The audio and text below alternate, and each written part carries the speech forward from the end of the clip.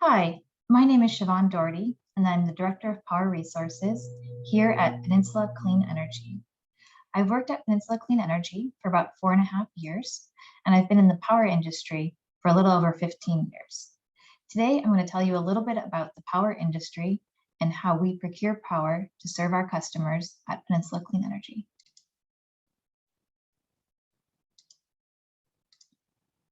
Here is the agenda for today's presentation. I will review who is on the Power Resources team, our strategic objectives, how contracts are approved. I'll review some background on the power industry and regulatory requirements, and we'll talk about some of the procurement strategies in our current energy portfolio. The Power Resources team is comprised of 5 individuals, and we're responsible for planning the portfolio of power that we procure to serve our customers. We run solicitations to procure power. We evaluate various offers and the impacts on the Peninsula Clean Energy budget. We negotiate and execute contracts. We manage those contracts, and then we're also responsible for certain regulatory reporting that's related to power procurement. We'll now review how the Power Resources team supports Peninsula Clean Energy's strategic priorities and the goals and objectives specific to this team. Peninsula Clean Energy has 2 strategic priorities: to provide our customers with 100% carbon-free power on a time-coincident basis by 2025, and to contribute to San Mateo County reaching the state goal to be 100% greenhouse gas-free by 2045. The Power Resources team is primarily focused on the first priority. We have identified several goals and objectives to support these priorities. Our primary goal is to secure low-cost, clean sources of electricity that achieve our priorities while ensuring reliability and meeting the various regulatory mandates. 3 objectives support this goal. The first is to develop and implement strategies for power supply to procure low-cost, reliable power. The second is to design a diverse power portfolio that is 100% carbon-free by 2021 and 100% carbon-free on a time-coincident basis by 2025. And the third objective is to continually explore and support innovative sources and solutions for clean energy.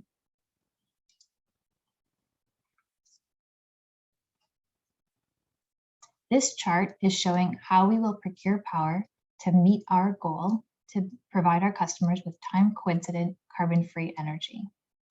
The vertical axis shows electricity usage, and the horizontal axis represents an average day in each year from 2020 through 2025.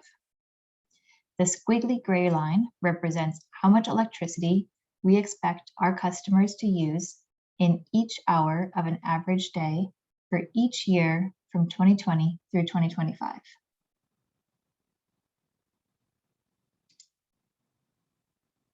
The bars represent the supply we've procured to meet our customers' electricity usage. In 2020, we procured a combination of renewable energy contracts, which are represented by the blue bars, and non-renewable energy contracts, represented by the yellow bars, to meet our supply. The red bars represent a new contract for wind energy that we added to our portfolio starting in 2021.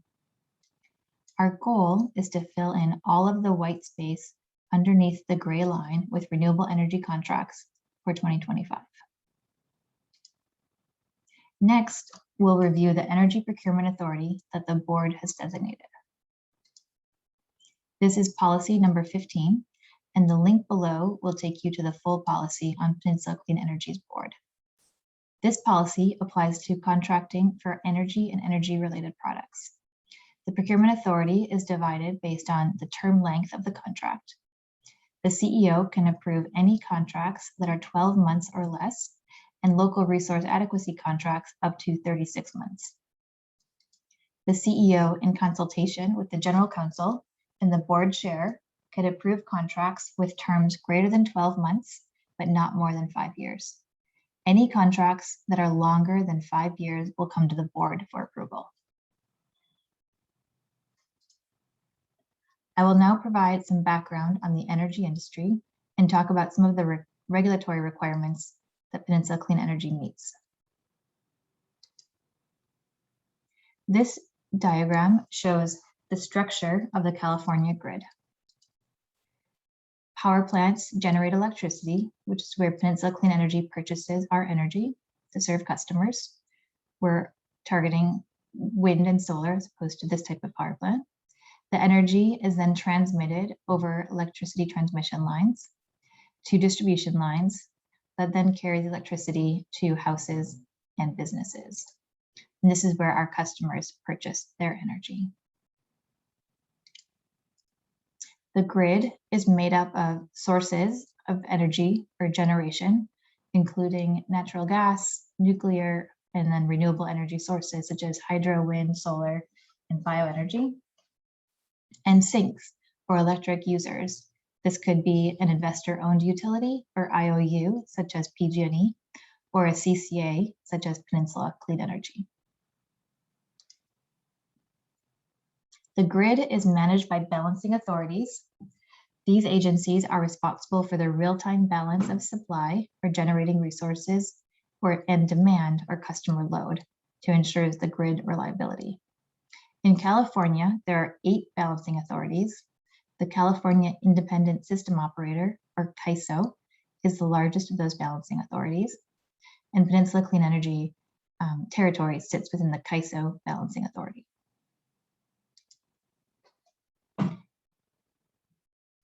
Electricity units can be in kilowatts or kilowatt hours. A kilowatt represents the power for energy, and a kilowatt hour represents the usage. For example, a kilowatt could represent how big the nozzle of your hose is, whereas energy usage is represented by how long the duration of using the water.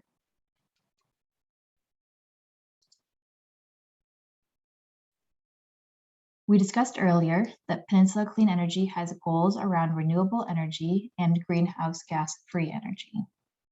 Renewable energy is any electricity that is from a source that is not depleted when used and not derived from a fossil or nuclear fuel. Greenhouse gas-free energy is electricity that does not emit carbon or other greenhouse gases. Some sources can overlap with renewable energy and some do not. For example, biomass and geothermal are both considered renewable, but are not greenhouse gas free because there's a small amount of greenhouse gases that are emitted when these sources are used to create electricity. Solar, wind, and small hydro are considered greenhouse gas free and renewable, whereas large hydro and nuclear are considered greenhouse gas free, but are not renewable. I will now talk about some of the regulatory mandates that impact Peninsula Clean Energy. As a CCA, we are primarily regulated by our local governing authority or the board of directors. But additionally, as a load-serving entity in California, we are required to interact with several regulatory bodies and meet certain regulatory requirements. These agencies include the California Air Resources Board, the California Energy Commission, the California Independent System Operator, and the California Public Utilities Commission. Over the next few slides, I will discuss the primary regulatory requirements. The Renewable Portfolio Standard sets certain targets for all load-serving entities to procure from renewable energy. This standard requires that we procured 33% of our customers' electricity usage from renewable energy in 2020, and that we increase that to 60% by 2030. Renewable energy is verified by what's called a REC, or Renewable Energy Certificate. This is a way to certify and track who owns each megawatt hour of electricity that's generated from a renewable source.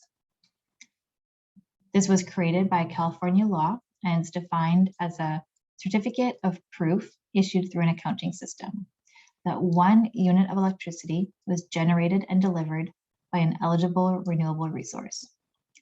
These certificates include all of the renewable and environmental attributes associated with the production of electricity from a renewable source. And this is used to track which LSC gets credit for each megawatt hour of renewable energy toward the RPS requirement.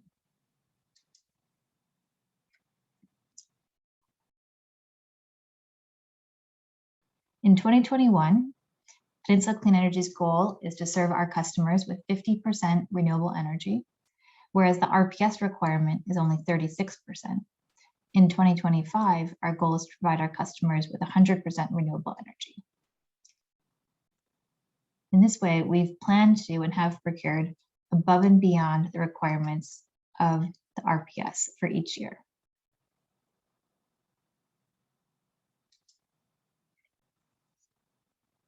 The next type of regulatory requirement is the power content label.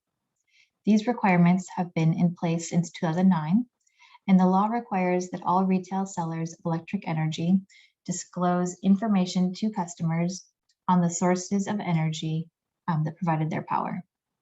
The format for this communication is highly prescriptive and offers very little flexibility. Here is the 2020 power content label, which will be delivered to customers in 2021. We're required to provide information on each of our electricity products. On the right side, the label shows what sources of electricity were used to serve our customers. In 2020, our Eco Plus product was 50% renewable and 45% greenhouse gas free. As you can see, we exceeded the goals for both renewable and greenhouse gas free. The Eco 100 product was 100% renewable, and in 2020, this was made up of 50% wind and 50% solar. The label also shows how our products compared to the 2020 California average power mix. On the left-hand side of the label, we can see the greenhouse gas emissions intensity of our two products and the California average mix. Our Eco Plus product was 13 pounds of carbon dioxide equivalent per megawatt hour. Eco 100 was 0, and the California average was 466 pounds of carbon dioxide equivalent per megawatt hour. In 2020, we were able to deliver a much cleaner product to our customers than the average California power mix.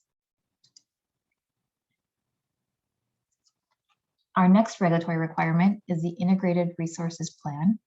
The primary purpose of this is to provide the Public Utilities Commission with information to forecast industry-wide procurement in California and determine whether or not we are on track to meet our greenhouse gas and reliability needs for 2020.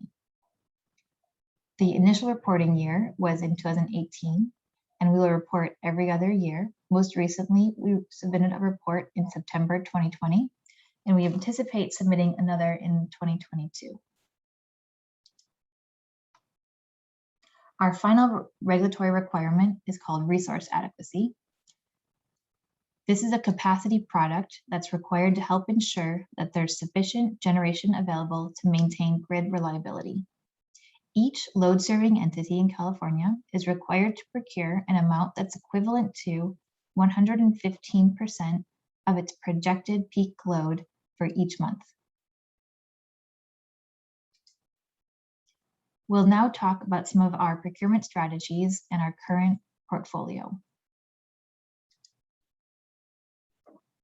Peninsula Clean Energy uses a portfolio risk management approach in our power purchasing program. We seek to procure low-cost supply, as well as diversity in contract attributes. We also seek diversity in timing of market purchases to cost average over time. Our projected power mix for Eco Plus in 2021 is 100% emissions free. And we expect this to be made up of approximately 50% large hydro and 50% renewable, coming from sources including solar, wind, biomass, and small hydro.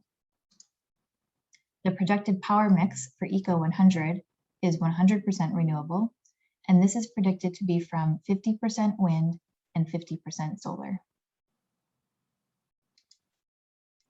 One way that we procure renewable energy is through project-specific purchases.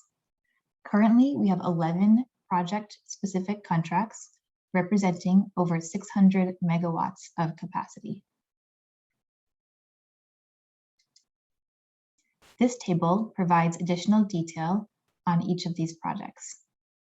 We have executed contracts for 300 megawatts of solar, 281 megawatts of wind, 35 megawatts of geothermal, and 13 megawatts of small hydro. This is a picture of the Wright Solar Project, which is a 200 megawatt solar project located near Los Banos in Merced County. And this is a picture of the Buena Vista Wind Project, which is a 38 megawatt project in Contra Costa County. And that concludes this presentation. Thank you for your time.